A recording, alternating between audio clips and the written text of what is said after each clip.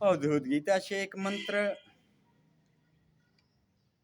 दत्तात्रेय स्वामी जी 8वें अध्याय के 21वें मंत्र में कह रहे हैं, अंतरे नरकम विद्धि कौटिल्यम वायुमंडितम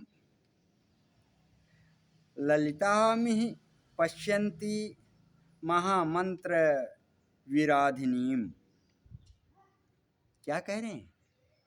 कह रहे हैं इस संसार में स्त्री भीतर से नरक, स्त्री भीतर से तो नरक नरक एवं कुटिलता से भरी हुई है,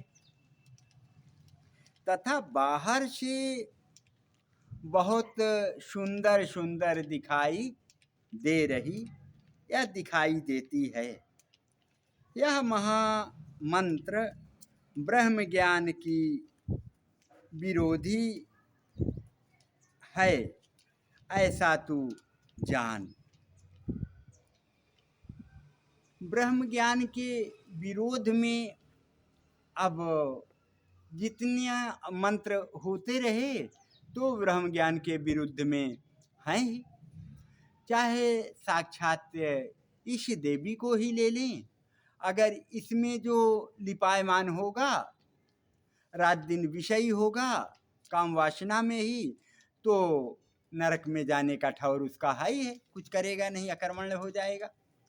और इसी को लखा रहे हैं कि ये जो देखने में बहुत सुंदर सुंदर और अंदर घुसकर देखो तो बिल्कुल नरक नरक नरक, अंदर घुसकर देखो तो लगता है ये हमें कुछ देने वाली है ही नहीं, और बराबर इसी में हम अपना पूरा समय व्यतीत किए दे रहे, बराबर इसी में अपना पूरा समय हम दे करके अपनी जिंदगी ही चौपट किए ले रहे हैं। इसी को सद्गुरु समझा रहे हैं। कहते हैं भाई, जो ये संसार है ना, रंगा रंगाया सजा सजाया, इसी में तो तू मोह करके रात दिन लिपायमान है। इसी को तू सब कुछ समझ कर बैठ गया है, मेरा मेरा। और मेरा तेरा जब तक लगा रहेगा, तेरा कल्याण होने वाला, क्योंकि तेरा कल्याण हो कैसे? जो अपना है नहीं उसी को तू अपना बना लिया, जो अपना है ही नहीं उसी को तू भूल बस अपना बना लिया, और जो अपना है उसकी तरफ तू झांकता ही नहीं। सद्गुरु इतना लखा रहे हैं, मार रहे हैं थप्पड़, लेकिन तुझे चेत ही नहीं हो रहा है। तो कहते हैं जो तू जिसमें रात दिन लिपायमान है, ये तेरा नहीं है, ये केवल तुझे क्षणिक आनंद दे पाएगा। चाहे रसगुल्ले का आनंद ले ले, चाहे कड़ी फुलौरी का ले ले, चाहे शहवास का ले ले, या वैभव का ले ले, चाहे पिक्चर या जो भी जिसमें तेरे को क्षणिक आनंद मिलता है कुछ समय के लिए और फिर आनंद जाता रहता है, वो बराबर आनंद तो रह नहीं पाता है। यही ना सद्गुरु कहते हैं, ये आनंद टिकाऊ नहीं है, ये तेरे साथ जाएंगे नहीं। तेरे साथ जाने वाला आनंद जो है, और बाहर जो विरासत में तेरे को बचपन से मिला है, वो बाहर बाहर ढूंढने का मिला है। तो तू बाहर ही ढूंढ रहा है उसको, उसको अपने से अलग समझ बैठा तू, और वो है बिल्कुल नेरे तेरे पास में है, जैसे मृग के है वो हृदय में कुंडल में, लेकिन उस सुगंध को वो बाहर खोजना चाह रहा है, बाहर ढूंढना चाह रहा है, तो ढूंढते ढूंढते जंगल में पगला जा रहा है, व्यथित हो जा रहा है, और उस सुगंधी को पा नहीं रहा, क्योंकि बाहर ढूंढ रहा है। तो अंदर की चीज जब बाहर ढूंढेंगे तो मिलेगी क्या? नहीं मिलेगी, क्योंकि अंदर है।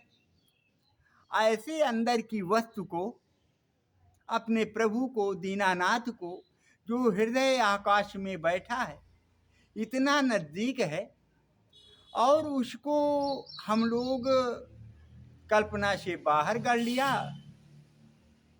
और बाहर ढूंढ रहे हैं। तो बाहर ढूंढ रहे हैं तो बोले जब मिल जाए तो कहना, बताना। तो है तो ढूंढ रहे हैं, और है से जब विलग होकर आएगा हूँ,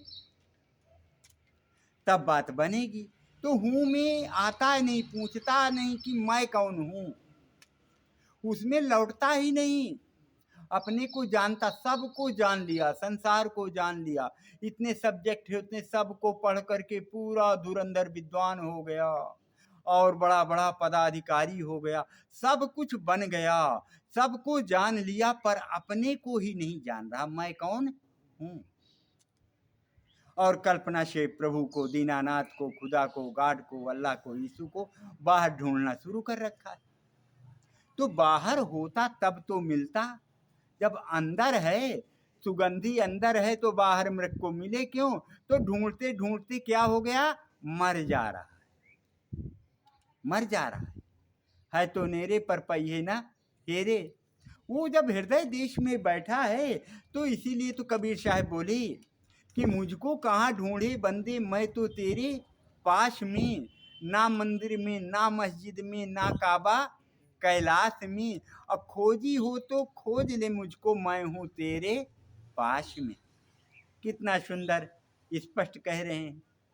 लेकिन ये कहता भी है इन बातों को, सुनता सुनाता भी है इन बातों को, लेकिन इसमें रुकता नहीं। साहब जी जैसे कहे कि जानना तो बहुत है, जान तो बहुत कुछ गया ये, लेकिन उसमें टिकता नहीं। उसमें टिक जाए तो पूरी बात बन जाए, उसमें चलने लग जाए तो जानकारी तो बहुत हो गई, लेकिन उधर का ये जब रति लग जाए, उसी में हृदयंगम हो जाए, तो आनंद बन जाए। तो अभी भी खोज खोज खोज, अन्वेषण हो ही रहा है, अब बाहर हो तो अन्वेषण हो जाए। तो साहब कह दिए कि भाई अंदर ही है और वो बाहर नहीं है। तो स्पष्ट कह दिए कि मुझको कहाँ ढूंढे बंदे, मैं तो तेरे पास में।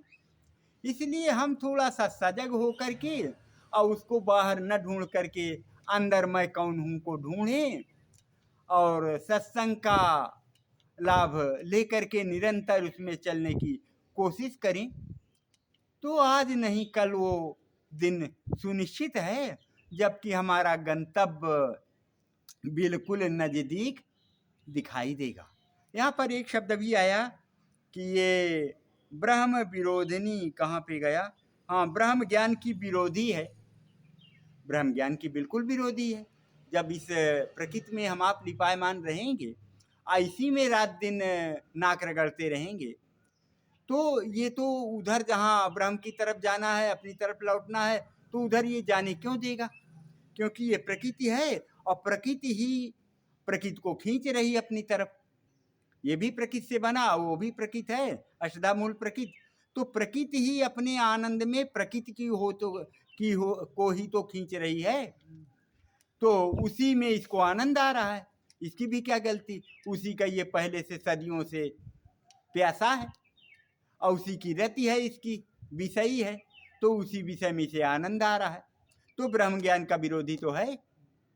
इधर संसार ले लो और उधर वो रमणी ले लो, मृगनयनी सुनैनी को ले लो, दोनों ही ब्रह्म विरोधिनी।